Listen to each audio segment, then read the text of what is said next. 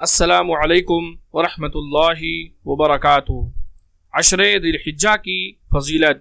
سیدنا ابن عباس رضی اللہ تعالی عنہ سے روایت ہے کہ رسول اللہ صلی اللہ علیہ وسلم نے فرمایا، اللہ تعالیٰ کو کوئی نیک عمل کسی دن میں اس قدر پسندیدہ نہیں ہے جتنا کہ ان دنوں میں پسندیدہ اور محبوب ہوتا ہے، یعنی ذی الحجہ کے پہلے عشرے میں۔ صحابہ رضی اللہ تعالی عنہ نے کہا، اے اللہ کے رسول صلی اللہ علیہ وسلم، کیا جہاد فی سبیل اللہ بھی نہیں؟ تو آپ صلی اللہ علیہ وسلم نے فرمایا، جہاد فی سبیل اللہ بھی نہیں، مگر جو کوئی بھی شخص اپنی جان و مال لے کر نکلا ہو اور پھر کچھ واپس نہ آیا ہو۔ ابو داود حدیث نمبر 2438۔ اس حدیث کی سند صحیح ہے۔